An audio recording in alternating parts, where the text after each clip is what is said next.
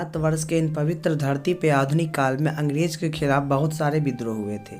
बहुत ऐसे भी विद्रोह हैं जिनके बारे में हम सभी स्टूडेंट अच्छी भांति से जानते होंगे, लेकिन कुछ ऐसे भी विद्रोह हैं जिनके बारे में हम कुछ स्टूडेंट नहीं जानते हैं।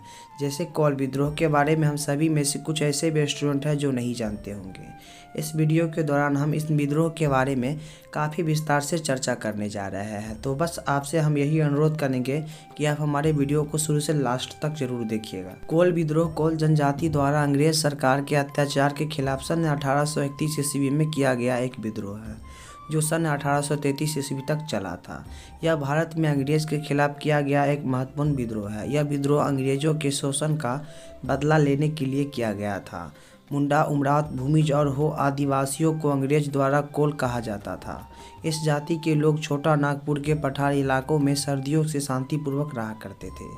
उनकी जीविका का मुख्य आधार खेती और जंगल थे। ये जंगलों की सफाई कर बंजर जमीन को खेती लायक बनाकर उस पर खेती किया करते थे, इसीलिए वे जमीन उनका नेस्किंग अधिकार माना जाता था। कोको के जीवन शैली में मध्यकाल में परिवर्तित आने लगा था।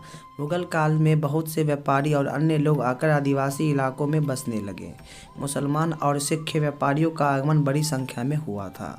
इन लोगों ने धीरे धीरे जमीन पर अपना अधिकार जमाना प्रारंभ कर दिया, परंतु मुगल काल तक कोक जाति में सामाजिक, आर्थिक और जीवन पर इन परिवर्तन का कोई व्यापक असर नहीं पड़ा। बंगाल में अंग्रेज शासन की संस्थापना के साथ कोक जाति के लोगों और आर्थिक जीवन में महत्वपूर्ण परिवर्तन आ गया। अस्थायी बंदोबस्त के कारण इन क्षेत्र में नई जमींदार एवं महाजन का एक सबल वर्ग सामने आया। इनके साथ इनके कर्मचारी भी आए। इन सभी ने मिलकर कोल जाति के लोगों का शारीरिक एवं आर्थिक शोषण प्रारंभ कर दिया। लगान की रकम न अदा करने की वजह से जमीन को नीलाम कर दी जाती थी। इन बाहरी लोगों ने कोक की बहु बेटियों को इज्जत भी लूटना प्रारंभ कर दिया था। कोक के बेगारी भी करना पड़ता था एवं उनकी स्त्रियों को जमींदारों महाजनों के घर जाके काम करने के लिए बाध्य किया जाता था। इन अत्याचारों से इनकी सुरक्षा करने वाला कोई भी नहीं था। थाना और न्यायालय भी जमींदारों एवं महाजनों के साथ देते थे। इस जाति का मुखिया निरसराय था। इनका जीवन एक अभिशाप बन गया था। उनका आक्रोश जमींदार, महाजन और पुलिस के विरुद्ध काफ़ी बढ़ गया था। ईस्ट इंडिया कंपनी ने उनकी भूमि को गैर आदिवासी लोगों को देना प्रारंभ कर दिया था, अतः उन पर जमींदार, महाजनों और सूदखोरों का अत्याचार दिन और प्रतिदिन बढ़ने लगा था।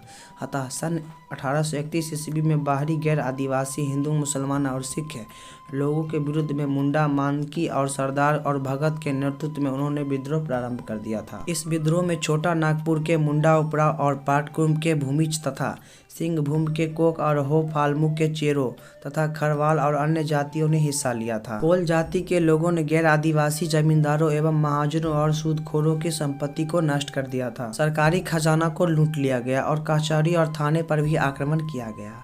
अंत में कंपनी ने स्थिति की गंभीरता को देखते हुए सेना की एक विशाल टुकड़ी भेजी और बड़ी निरंतरता से इस विद्रोह को दबा दिया।